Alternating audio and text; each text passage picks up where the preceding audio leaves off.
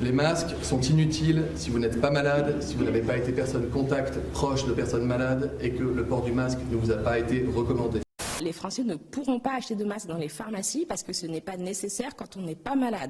Continuons tous à voir beaucoup de personnes dans les rues avec des masques. Mais c'est vraiment, je le rappelle, une denrée rare, une ressource précieuse pour les soignants et totalement inutile pour toute personne dans la rue.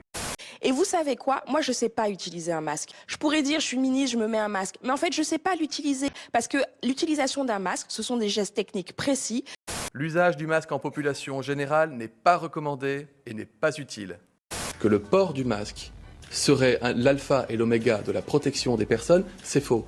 Je souhaite que dans les prochaines semaines, on rende obligatoire le masque dans tous les lieux publics clos.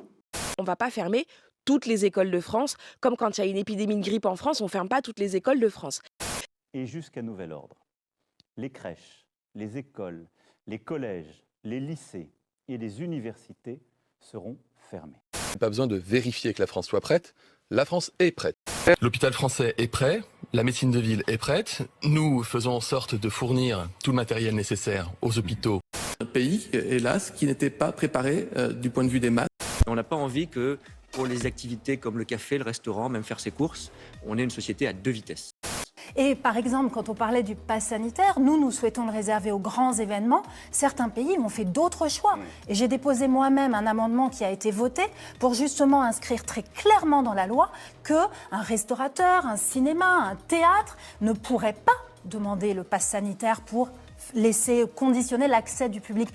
Donc je crois qu'il est vraiment important de l'inscrire clairement dans la loi pour que chaque citoyen de notre pays puisse l'opposer à toute personne privée qui pourrait avoir cette idée saugrenue d'imposer de pénétrer dans son établissement à la possession d'un tel pass sanitaire.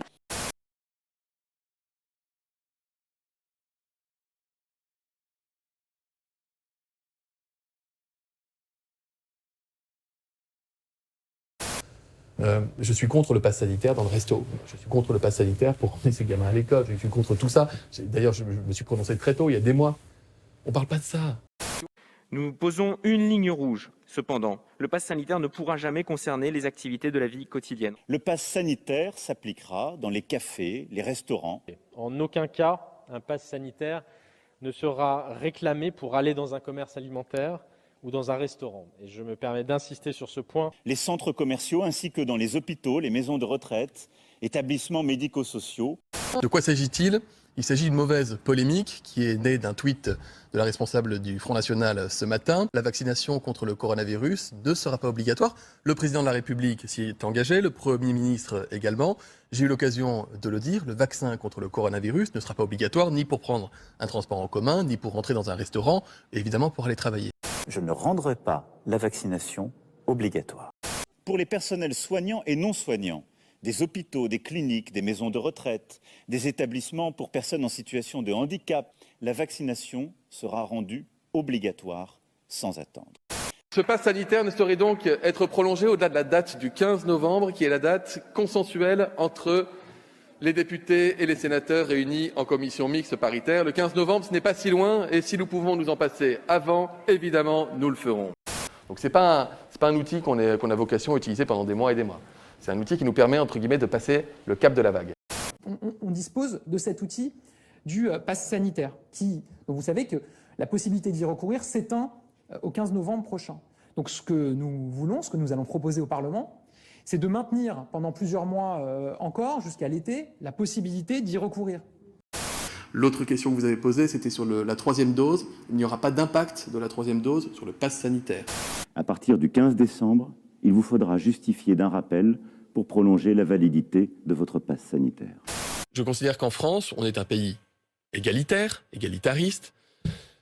C'est pas un pays dans lequel on va dire si tu es vacciné, tu peux rentrer là, si tu ne l'es pas, tu ne peux pas rentrer là. Alors nous avons décidé, avec le président de la République, qu'un projet de loi sera soumis au Parlement début janvier, notamment pour transformer le pass sanitaire en pass vaccinal. On ne force pas du tout les gens à se vacciner.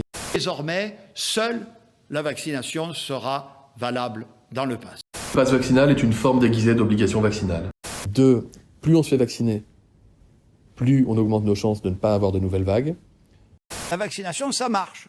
On a constaté que les personnes qui ont 2 doses, les analyses faites sur ces personnes montrent qu'en réalité, elles n'ont plus de chances d'attraper la maladie. Le pass sanitaire, il n'est pas fait pour embêter les gens.